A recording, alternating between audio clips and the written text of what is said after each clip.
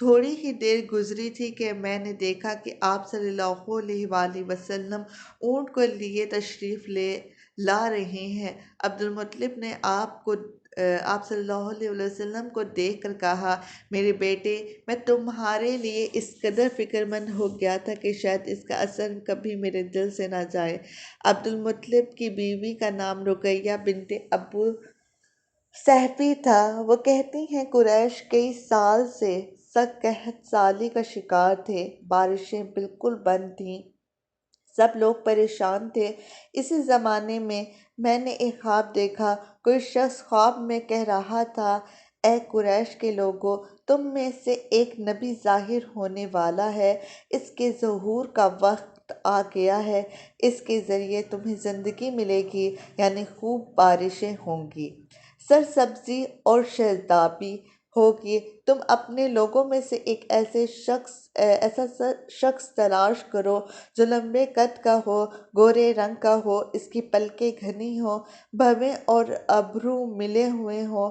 وہ شخص اپنی تمام اولاد کے ساتھ نکلے اور تم میں سے ہر خاندان کا ایک آدمی نکلے، سب پاک صاف ہوں اور خوشبو لگائیں۔ وہ حجر اسود کو بوسہ دیں، پھر سب جبل ابو قیاس پر چڑھ جائیں۔ پھر وہ شخص جس کا حلیہ بتایا گیا ہے آگے بڑھے اور بارش کی دعا مانگے، اور تم سب آمین کہو تو بارش ہو جائے گی۔ صبح ہوئی تو رقیہ نے اپنا یہ خواب قریش سے بیان کیا۔ انہوں نے ان نشانیوں کو تلاش کیا تو سب کی سب نشانیاں انہیں عبد المطلب میں مل گئیں۔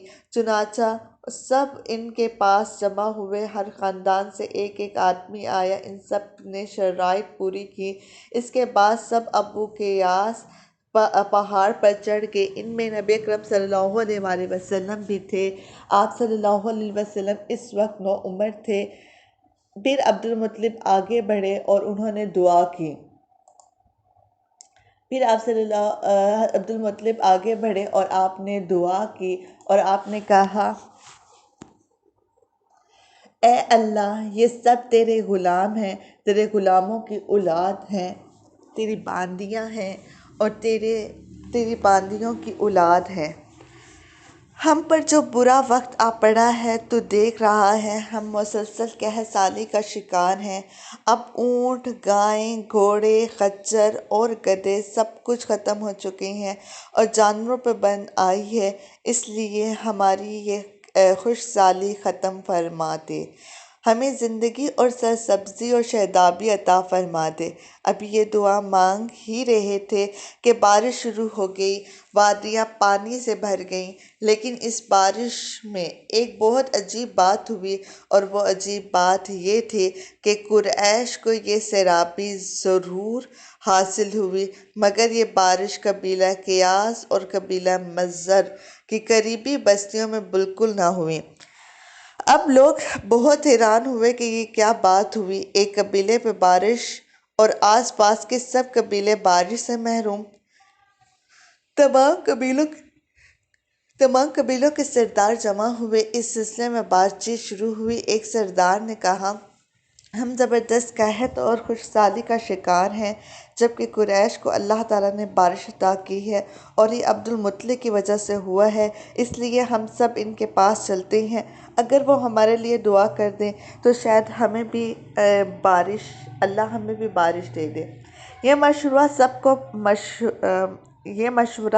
سب کو پسند آیا، چنانچہ یہ لوگ مکہ معظمہ میں آئے اور عبد المطلب سے ملے، انہیں سلام کیا، پھر ان سے کہا، اے عبد المطلب، ہم کئی سال سے خشک سالی کا شکار ہیں، ہمیں آپ کی برکت کے بارے میں معلوم ہوا ہے، اس لیے مہربانی فرما کر آپ ہمارے لیے بھی دعا کریں، اس لیے کہ اللہ نے آپ کی دعا سے قریش کو بارش عطا کی ہے۔ ان کی بات سن کر عبد المطلب نے کہا، اچھی بات ہے، میں کل میدان عرفات میں آپ لوگوں کے لیے بھی دعا کروں گا۔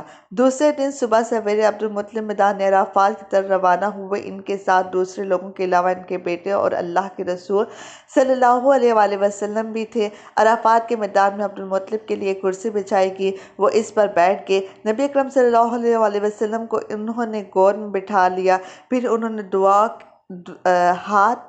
اٹھا کر یوں دعا کی، اے اللہ چمکنے والی بارش کے اے اللہ چمکنے والی بجلی کے پروردگار اور کڑکنے والے گرش کے مالک، پالنے والوں کے پالنے والے اور مشکلات کو آسان کرنے والے۔ یہ قبیلہ قیاس اور قبیلہ مضر کے لوگ ہیں، یہ بہت پریشان ہیں، ان کی کمریں جھک گئی ہیں، یہ تجھ سے اپنی لاچاری اور بے کسی کی فریاد کرتے ہیں اور جان و مال کی بربادی کی شکایت کرتے ہیں۔ بس اے اللہ ان کے لیے خوب برسنے والے بادل بھیج دے اور آسمان سے ان کے لیے رحمت عطا فرما تاکہ ان کی زمینیں سرسبز ہو جائیں اور ان کی تکلیف دور ہو جائے۔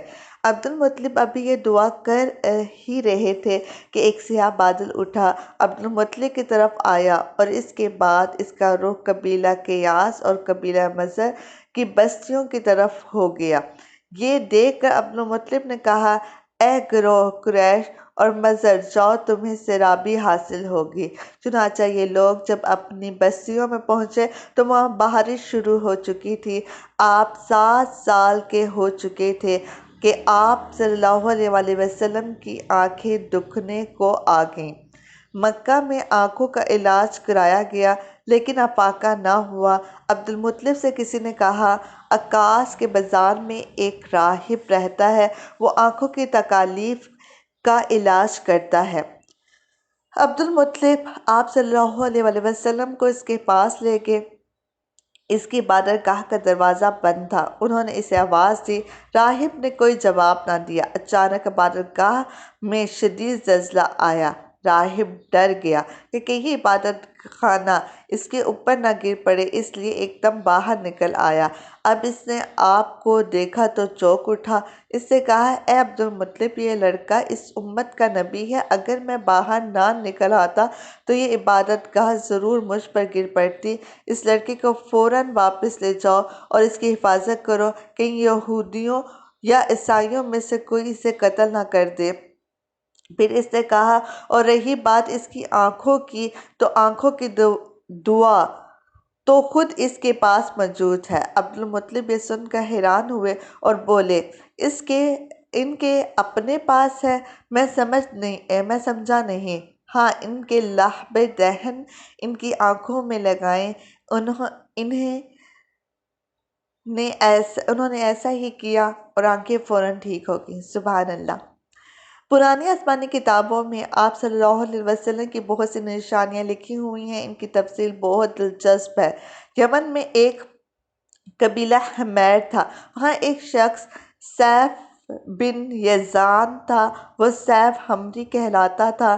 کسی زمانے میں اس کے باپ دادا اس ملک پر حکومت کرتے تھے، لیکن پھر حبشیوں نے یمن پر حملہ کیا اور اس پر قبضہ کر لیا۔ وہاں حبشیوں کی حکومت ہوگی۔ 70 سال تک یمن حبشیوں کے قبضے میں رہا۔ جب یہ سیف بڑا ہوا تو اس کے اندر اپنے باپ دادا کا ملک آزاد کرانے کی امنگ پیدا ہوئی۔ چنانچہ اس نے ایک فوج تیار کی اور فوج کے ذریعے حبشیوں پر حملہ کیا اور انہیں یمن سے بھگا دیا۔ اس طرح وہ باپ دادا کے ملک آزاد کرنے میں کامیاب ہو گیا، وہاں کا بادشاہ بن گیا۔ یہ یمن عرب کا علاقہ تھا۔ جب اس پر حبشیوں نے قبضہ کیا تھا تو عربوں کو بہت افسوس ہوا۔ 70 سال بعد جب یمن کے لوگوں نے حبشیوں کو نکال باہر کیا تو عربوں کو بہت خوشی ہوئی۔ ان کی خوشی کا ایک وجہ تو یہ تھی کہ انہیں حبشیوں نے ابرہہ کے ساتھ مکہ پر چڑھائی کی تھی۔ چاروں طرف سے عربوں کے وفد سیف کو مبارکباد دینے کے لیے آنے لگے۔ قریش کا بھی ایک وفد مبارک دینے کے لیے گیا۔ اس وفد کے سردار عبد المطلب تھے۔ یہ وفد جب یمن پہنچا تو سیف اپنے محل میں تھا، اس کے سر پر تاج تھا، سامنے تلوار رکھی تھی اور حمیری سردار اس کے دائیں بائیں بیٹھے تھے۔ سیف کو قریش کے وفد کی آمد کے بارے میں بتایا گیا۔ اسے یہ بھی بتایا گیا کہ یہ لوگ کس رتبے کے ہیں۔ اس نے ان لوگوں کو آنے کی اجازت دے دی۔ یہ بات دربار میں پہنچا۔ عبد المطلب آگے بڑھ کر اس کے سامنے جا کھڑے ہوئے۔ انہوں نے اب بات کرنے کی اجازت چاہی۔ سیف نے کہا، اگر تم بادشاہوں کے سامنے بولنے کے آداب سے واقف ہو تو ہماری طرف سے اجازت ہے۔ تب عبد المطلب نے کہا، اے بادشاہ، ہم مکہ کے خادم ہیں، اللہ کے گھر کے محافظ ہیں، ہم آپ کو مبارکباد دینے آئے ہیں۔ یمن پر حبشی حکومت ہمارے لیے بھی بوجھ بنی ہوئی تھی۔ آپ کو مبارک ہو، آپ کی اس کارنامے سے آپ کے بزرگوں کو بھی عزت ملے گی اور آنے والی نسلوں کو بھی وقار حاصل ہوگا۔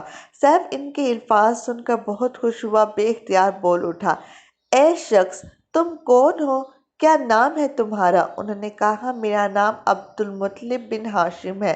سیف نے ہاشم کا نام سن کر کہا، تب تو تم میری بہن کے لڑکے ہو۔ عبد المطلب کی والدہ مدینے کے قبیلہ خزرج کی تھیں اور خزرج کا جو قبیلہ تھا دراصل یمن کا تھا۔ اس لیے سیف نے ہاشم کا نام سن کر کہا، تب تو تم ہماری بہن کے لڑکے ہو۔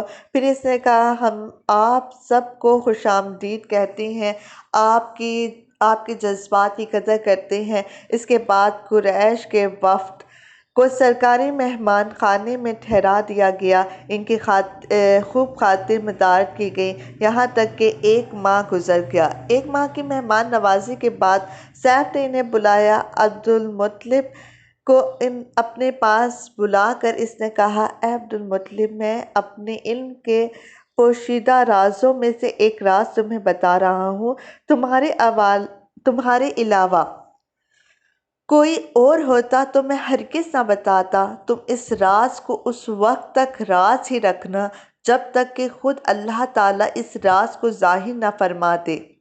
ہمارے پاس ایک پوشیدہ کتاب ہے، وہ پوشیدہ رازوں کا ایک خزانہ ہے، ہم دوسروں سے اس کو چھپا کر رکھتے ہیں۔ میں نے اس کتاب میں ایک بہت عظیم الشان خبر اور ایک بڑے خطرے کے بارے میں پڑھ لیا ہے اور وہ آپ کے بارے میں ہے۔ عبد المطلب یہ باتیں سن کر حد درجے حیرت زدہ ہوئے اور پکار اٹھے، میں سمجھا نہیں، آپ کہنا کیا چاہتی ہیں؟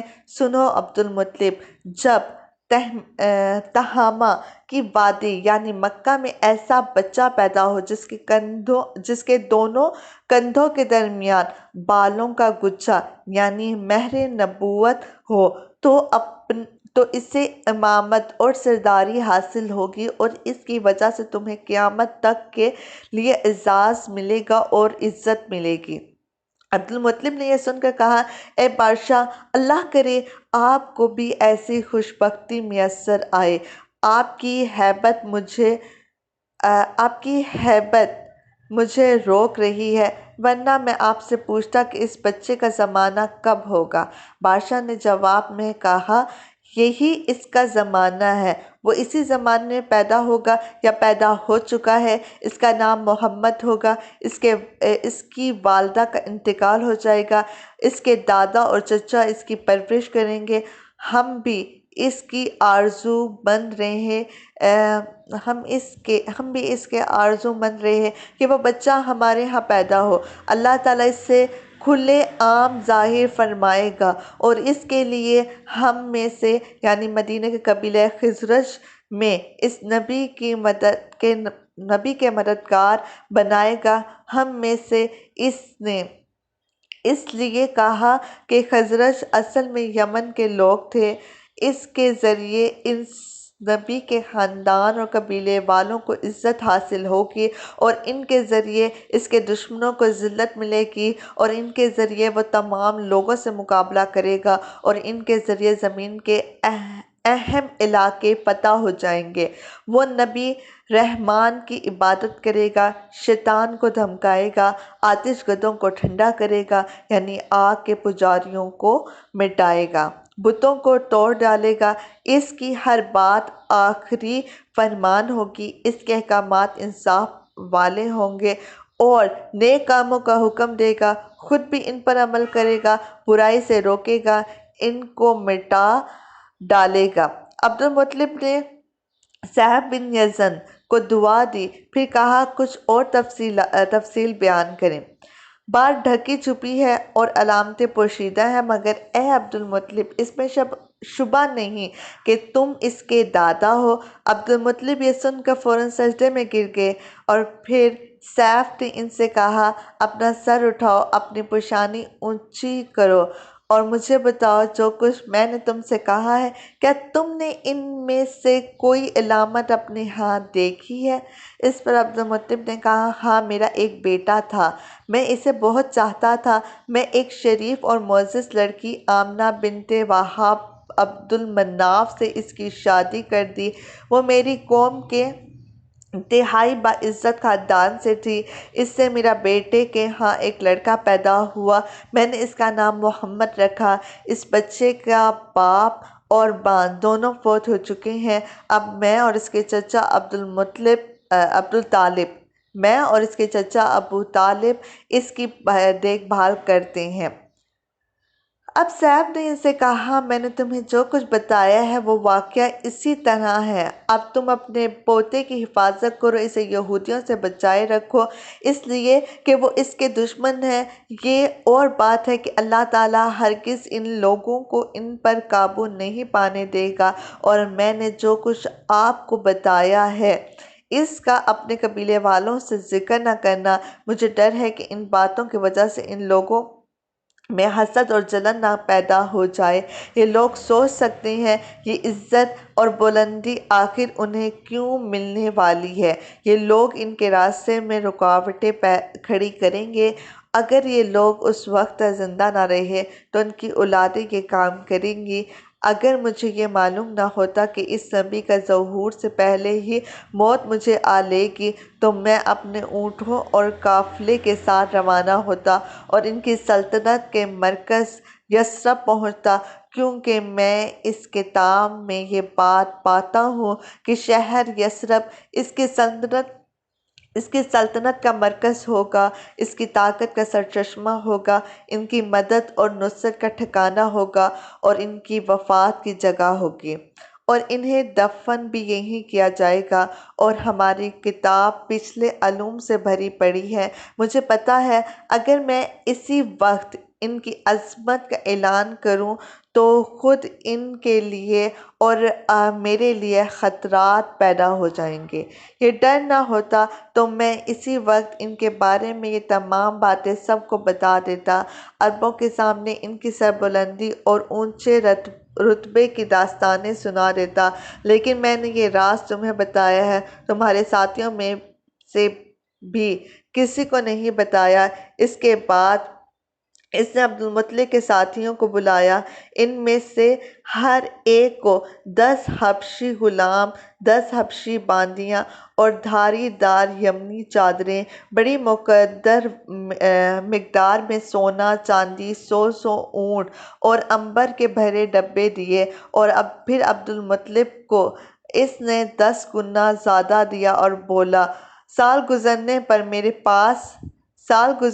میرے پاس ان کی خبر لے کر آنا اور ان کے حالات بتانا۔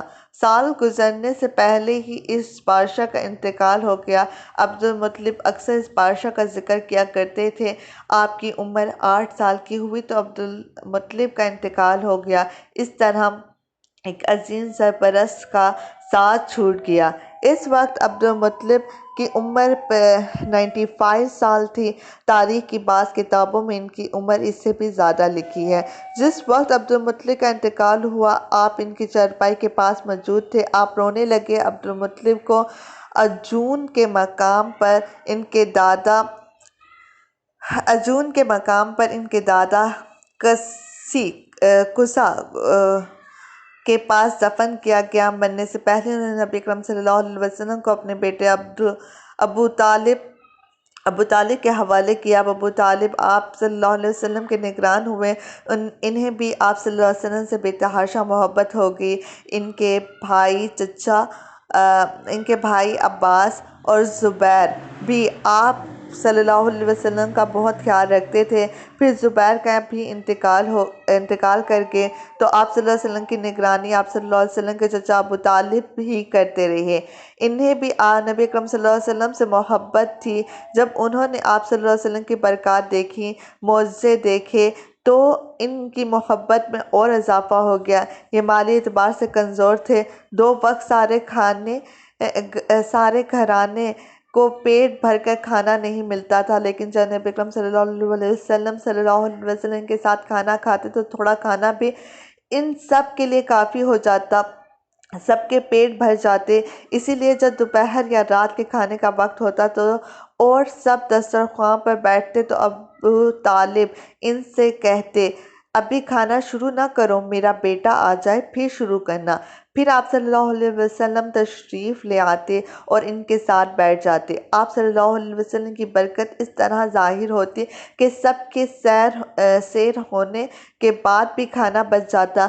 اگر دودھ ہوتا تو پہلے آپ صلی اللہ علیہ وسلم کو پینے کے لیے دیا جاتا، پھر ابو طالب کے بیٹے پیتے، یہاں تک کہ ایک ہی پیالے سے سب کے سب دودھ پی لیتے، خوب سیر ہو جاتے اور دودھ پھر بھی بچ جاتا۔ ابو طالب کے لیے ایک تکیہ رکھا رہتا تھا، وہ اس سے ٹیک لگا کر بیٹھتے تھے۔ رسول اکرم صلی اللہ علیہ وسلم تشریف لاتے تو آ کر سیدھے اس تکیے کے ساتھ بیٹھ جاتے۔ یہ دیکھ کر ابو طالب کہتے، میرے بیٹے کو اپنے بلند مرتبے کا احساس ہے۔ ایک بار مکہ میں قحط پڑ گیا، بارش بالکل نہ ہوئی، لوگ ایک دوسرے سے کہتے تھے لات اور عزیٰ، یعنی جو اس ٹائم وہ بتوں کی پوجا کرتے تھے، ان میں سے 2 بتوں کے نام تھے لات اور عزیٰ، سے بارش کی دعا کرو۔ کچھ کہتے تھے تیسرے بڑے بت منات پر بھروسہ کرو۔ اسی دوران ایک بوڑھے نے کہا، تم حق اور سچائی سے بھاگ رہے ہو، تم میں ابراہیم علیہ السلام اور اسماعیل علیہ السلام کی نشانی موجود ہے، تم اسے چھوڑ کر غلط راستے کی طرف جا رہے ہو۔ اس پر لوگوں نے ان سے پوچھا، کیا آپ کی مراد ابو طالب سے ہے؟ انہوں نے جواب میں کہا، ہاں، میں یہی کہنا چاہتا ہوں۔ اب سب لوگ ابو طالب کے گھر کی طرف چلے۔ وہاں پہنچ کر انہوں نے دروازے پر دستک دی تو ایک خوبصورت آدمی باہر آیا۔ اس نے تہمت لپیٹ رکھا تھا۔ سب لوگوں نے اس کی طرف بڑھے اور بولے، اے ابو طالب، وادی میں قحط پڑا ہے، بچے بھوکے مر رہے ہیں، اس لیے آؤ اور ہمارے لیے بارش کی دعا کرو۔ چنانچہ ابو طالب باہر آئے، ان کے ساتھ نبی اکرم صلی اللہ علیہ وسلم بھی تھے۔ آپ صلی اللہ علیہ وسلم ایسے لگ رہے تھے جیسے اندھیرے میں سورج نکل آیا ہو۔ ابو طالب کے ساتھ اور بھی بچے تھے، لیکن انہوں نے آپ صلی اللہ علیہ وسلم ہی کا بازو پکڑا ہوا تھا۔ اس کے بعد ابو طالب نے آپ صلی اللہ علیہ وسلم کی انگلی پکڑ کے کعبے کا طواف کر رہے تھے اور دوسرے لوگ آسمان کی طرف نظر اٹھا اٹھا کر دیکھ رہے تھے، جہاں بادل کا ایک ٹکڑا بھی نہیں تھا۔ لیکن پھر اچانک ہر طرف سے بادل گھر کر آنے لگے، اس قدر زوردار بارش ہوئی کہ شہر اور جنگل سیراب ہو گئے۔ ابو طالب ایک بار ذی الحجاز کے میلے میں گئے۔ یہ جگہ عرفات سے تقریباً 8 کلومیٹر دور ہے۔ ان کے ساتھ نبی اکرم صلی اللہ علیہ وسلم بھی تھے۔ ایسے میں ابو طالب کو پیاس محسوس ہوئی۔ انہوں نے آپ صلی اللہ علیہ وسلم سے کہا، بھتیجے، مجھے پیاس لگی ہے۔ یہ بات انہوں نے اس لیے نہیں کہی تھی کہ آپ صلی اللہ علیہ وسلم کے پاس پانی تھا، بلکہ انہیں بے چینی ظاہر کرنے کے لیے کہی تھی۔ چچا کی بات سن کر آپ صلی اللہ علیہ وسلم فوراً سواری سے اتر آئے اور بولے، چچا جان، آپ کو پیاس لگی ہے؟ انہوں نے کہا، ہاں بھتیجے، پیاس لگی ہے۔ یہ سنتے ہی آپ صلی اللہ علیہ وسلم نے ایک پتھر پہ اپنا پاؤں مارا۔ جو ہی آپ نے پتھر پہ پاؤں مارا، اس کے نیچے سے صاف اور عمدہ پانی پھوٹ نکلا۔ انہوں نے ایسا پانی پہلے کبھی نہیں پیا تھا، خوب سیر ہو کر پیا۔ پھر انہوں نے پوچھا، بھتیجے، کیا آپ سیر ہو چکے؟ نبی اکرم صلی اللہ علیہ وسلم نے فرمایا، ہاں۔ آپ نے اسی جگہ اپنی ایڑی پھر ماری اور وہ جگہ دوبارہ ایسی ہی خشک ہو گئی جیسے پہلے تھی۔ یعنی نبی پاک صلی اللہ علیہ وآلہ وسلم کے معجزات نہ صرف آپ صلی اللہ علیہ وسلم کی نبوت کے بعد ظاہر ہوئے بلکہ بچپن ہی سے آپ صلی اللہ علیہ وسلم کی شخصیت جو ہے وہ اثر رکھنے والی تھی، خوبصورت تھی، اور اس کے ساتھ ساتھ آپ صلی اللہ علیہ وسلم کی برکات نہ صرف حضرت حلیمہ نے محسوس کی، آپ صلی اللہ علیہ وسلم کی والدہ نے محسوس کی، حضرت عبد المطلب نے محسوس کی، اور پھر ابو طالب نے بھی محسوس کی، اور پھر اس کے بعد آپ کے معجزات آہستہ آہستہ زندگی کے ساتھ ساتھ دکھتے چلے گئے۔ ہم نے اگر اپنے مطالعہ کی جو کتابیں ہیں، ہمدرسی جو کتابیں پڑھتے ہیں، اس میں یہ معلومات نہیں ہیں، لیکن یہ انفارمیشن میں چاہتی تھی کہ نہ صرف میں نے پڑھا بلکہ آپ لوگ بھی جانیں اسے، اور یہ ایک خوبصورت آپ صلی اللہ علیہ وسلم کی شخصیت ہے۔ اس کی اگلی ایپیسوڈ انشاءاللہ میں آپ کو جو ہے اگلے کچھ دنوں میں پیش کروں گی، تاکہ آپ جانیں کہ آپ صلی اللہ علیہ وسلم کی شخصیت کتنی خوبصورت ہے، آپ صلی اللہ علیہ وسلم کتنے خوبصورت تھے، اور آپ صلی اللہ علیہ وسلم کے ذریعے سے دین اسلام کس طرح سے لوگوں میں پھیلا۔ ٹھیک ہے، اللہ اللہ حافظ۔